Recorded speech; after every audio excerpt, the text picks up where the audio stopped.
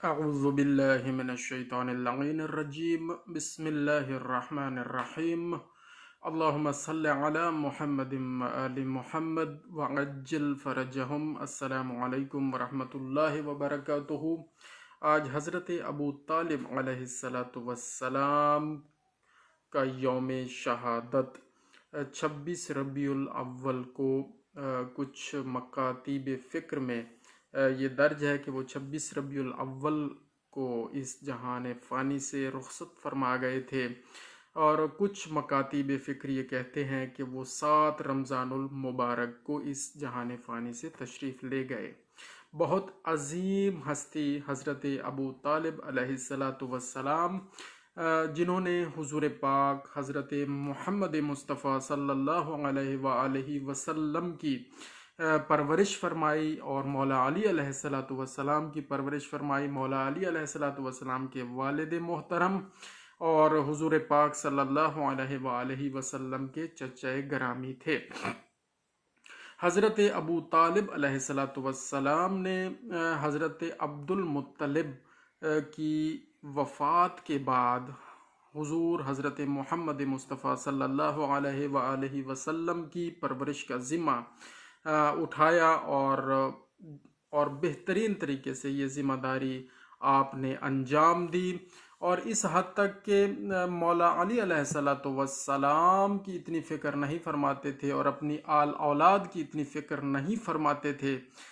جتنی فکر اور جتنی محبت آپ حضور پاک صلی اللہ علیہ وآلہ وسلم سے فرماتے تھے۔ روایات میں ملتا ہے کہ جب کھانے کا وقت ہوتا تھا تو حضرت ابو طالب علیہ السلام کے جو بچے جب کھانے کے ارد گرد جمع ہوتے تھے، اور جب کھانے کا وقت ہوتا تھا تو پہلے حضرت محمد مصطفیٰ صلی اللہ علیہ وآلہ وسلم کے لیے کھانا پیش کیا جاتا، اور پھر ان کے بعد باقی بچے کھانا تناول فرماتے تھے۔ تو یہ محبت حضرت ابو طالب علیہ السلام تھی۔ اور اسی طرح کفار مکہ اور مشرکین مکہ جب حضرت محمد مصطفیٰ صلی اللہ علیہ وآلہ وسلم کے جانی دشمن ہو گئے، جب حضور پاک صلی اللہ علیہ وآلہ وسلم نے پہلی دعوت اسلام دی، جس کو دعوت ذو العشیرہ کا نام دیا جاتا ہے، جب وہ دعوت دی اور پہلے دن حضرت ابو طالب علیہ السلام نے حضور پاک کے کہنے پر تمام لوگوں کو ارد گرد اپنے تمام جو سرداران قریش تھے اور باقی ان کو بلایا، اور حضور پاک نے ان کو دعوت دینا چاہی، لیکن کھانا کھانے کے بعد وہ سارے چلے گئے۔ دوسرے دن بھی ایسا ہوا، دعوت کا اہتمام کیا گیا، سب کو بلایا گیا، سب آئے، کھانا کھانے کے بعد دعوت سنے بغیر ہی چلے گئے۔ اور جب تیسرے دن سب کو بلایا گیا اور کھانا سب کے سامنے پیش کیا گیا، اور کھانے کے بعد جب مشرکین مکہ کفار مکہ واپس جانے لگے تو پھر حضرت ابو طالب علیہ السلام نے فرمایا کہ اٹھ میرے سید، اٹھ میرے سردار، حضور پاک صلی اللہ علیہ وآلہ وسلم کو فرمایا کہ اٹھ میرے سید، اٹھ میرے سردار، اور اے میرے سید بیان کر دے جو چاہے بیان کرنا ہے، اور وہ پیغام پہنچا دے جو پیغام حق ہے۔ اور حضور پاک صلی اللہ علیہ وآلہ وسلم نے اللہ تعالیٰ کی وحدانیت کا پیغام دیا، سب کے سامنے پیش کیا، اور اپنی نبوت کا اعلان فرمایا، اور اپنی نبوت کا پیغام سب تک پہنچایا، اور یہ بھی سب کے سامنے سب سے پوچھا کہ جو بھی اس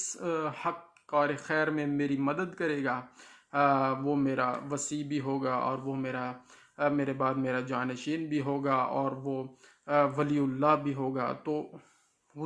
حضور پاک صلی اللہ علیہ وآلہ وسلم کے اس فرمان کے بعد کوئی کافر، کوئی مشرک، کسی نے لبیک اس وقت نہ کہا۔ تو مولا علی علیہ السلام، ان کی عمر مبارک ابھی 10 سال تھی، وہ کھڑے ہوئے اور آپ نے کہا کہ میں آپ کا ساتھ دوں گا، اور ہمیشہ آپ کے لیے اپنی جان بھی قربان کروں گا۔ یہ مفہوم ہے جو میں آپ کے سامنے پیش کر رہا ہوں۔ تو وہ 3 مرتبہ آپ نے یہ اٹھ کر آپ نے یہ وعدہ کیا، اور اس وعدے کو پھر اپنی پوری زندگی وفا بھی کیا۔ تو حضرت ابو طالب علیہ الصلوۃ والسلام نے وہ پہلی دعوت ذوالعشیرہ کا اہتمام بھی کیا، انتظام بھی کروایا اور پھر وہ دعوت دلوائی بھی صحیح۔ تو حضور پاک صلی اللہ علیہ وآلہ وسلم کی ہر جگہ پر سپورٹ کی، ہر لمحہ سپورٹ کی، اور ایک دفعہ جب حضور پاک صلی اللہ علیہ وآلہ وسلم کچھ وقت کے لیے، کچھ عرصے کے لیے نظر نہ آئے اور کفار مکہ آپ کے جانی دشمن ہوئے تھے، حضرت ابو طالب علیہ الصلوۃ والسلام کو فکر لاحق ہوئی کہ حضور پاک میرے جو بھتیجے ہیں وہ کہاں چلے گئے۔ تو انہوں نے اپنے تمام قریش، اپنے تمام بنو ہاشم کو بلایا اور ان کو کہا کہ آپ اپنی تلواریں لے کر مشرکین مکہ کے ارد گرد جا کر بیٹھ جائیں، اور اپنے تمام غلاموں کو بلایا اور ان کو بھی کہا کہ آپ اپنے چھوٹے جو نیمچے ہوتے ہیں، چھوٹی تلواریں ہوتی ہیں، وہ بھی نیاموں میں، وہ بھی آستینوں میں چھپا کر لے جائیں اور ان مشرکین کے ارد گرد رہیں۔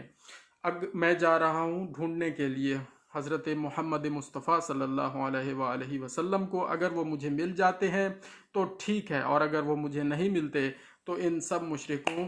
کے سینوں میں یہ تلواریں گاڑ دینا اور ان کو قتل کر دینا۔ تو یہ محبت رسول اللہ صلی اللہ علیہ وآلہ وسلم تھی جو حضرت ابو طالب علیہ الصلوۃ والسلام کے دل میں تھی، اور وہ اس کا برملا اظہار بھی کرتے تھے۔ اور تمام مشرکین اور تمام کفار حضرت ابو طالب علیہ الصلوۃ والسلام کی شخصیت پر جلال کی وجہ سے حضور پاک سے دور بھی رہتے تھے اور ان کو نقصان نہیں پہنچا سکتے تھے۔ تو حضرت ابو طالب علیہ الصلوۃ والسلام گئے اور انہوں نے تلاش کیا،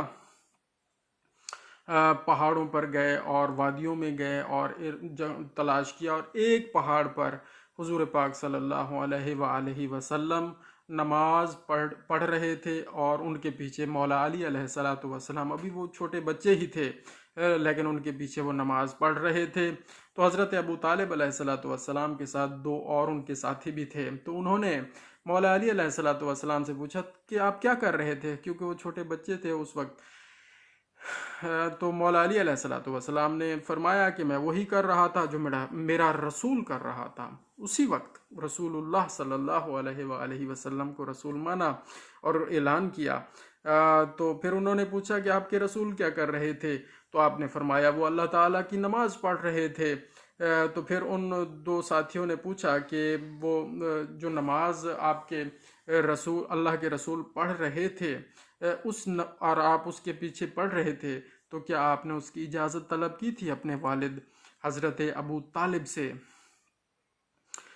تو حضرت علی علیہ الصلوۃ والسلام نے فوراً جواب دیا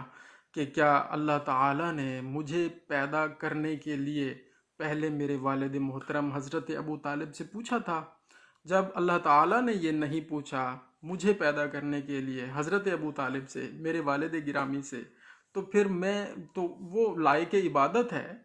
میں نے اس کی عبادت کرنی ہے اور رسول اللہ کا حکم ہے،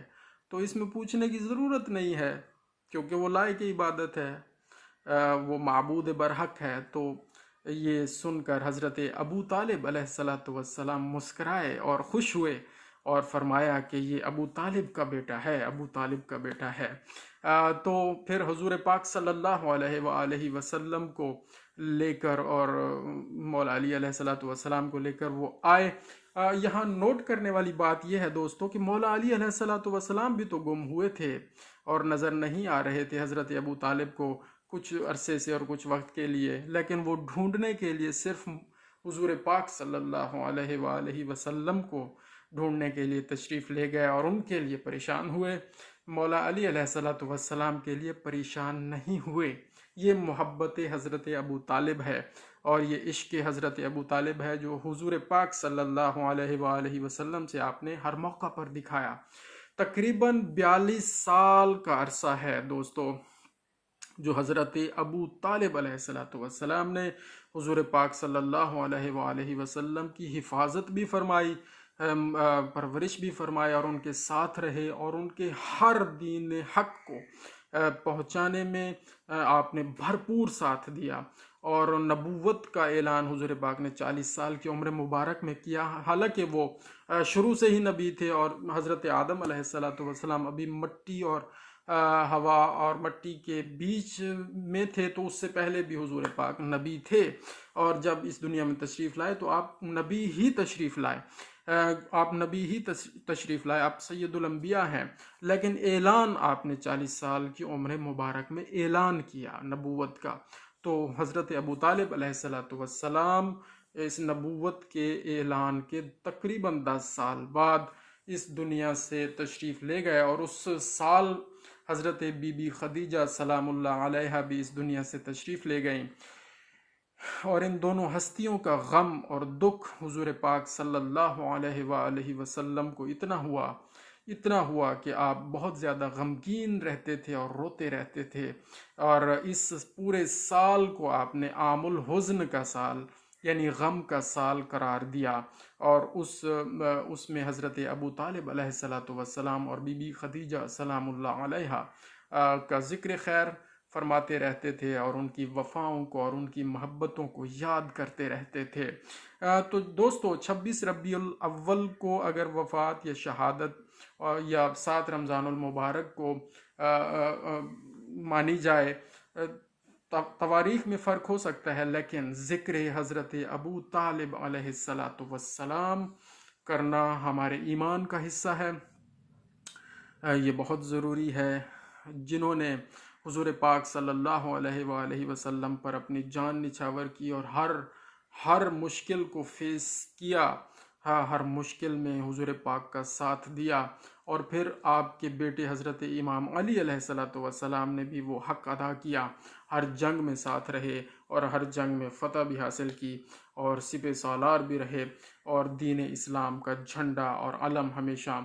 مولا علی علیہ السلام کو عنایت ہوتا رہا۔ اور جنگ خیبر آپ کے سامنے ہے، اور تمام جنگیں آپ کے سامنے موجود ہیں۔ مولا علی علیہ السلام کی شجاعت و علم کے چرچے ہر جگہ موجود ہیں، اور انشاءاللہ ہم وہ بار بار دہرا کر اپنے نامہ اعمال میں ان کو لکھواتے رہیں گے، اور ہمارے لیے وہ توشہ آخرت ہے۔